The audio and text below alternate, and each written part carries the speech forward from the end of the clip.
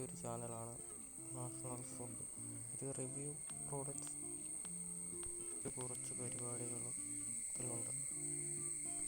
ഇന്ന് നിങ്ങളെ പരിചയപ്പെടുത്താൻ പോകുന്നത് ഒരു മസാലയൊക്കെ വെക്കുന്ന കറിക്കൂട്ടുകളൊക്കെ വെക്കുന്ന ഒരു പ്രോഡക്റ്റാണ്. അതിൻ്റെ റിവ്യൂ ആണ്.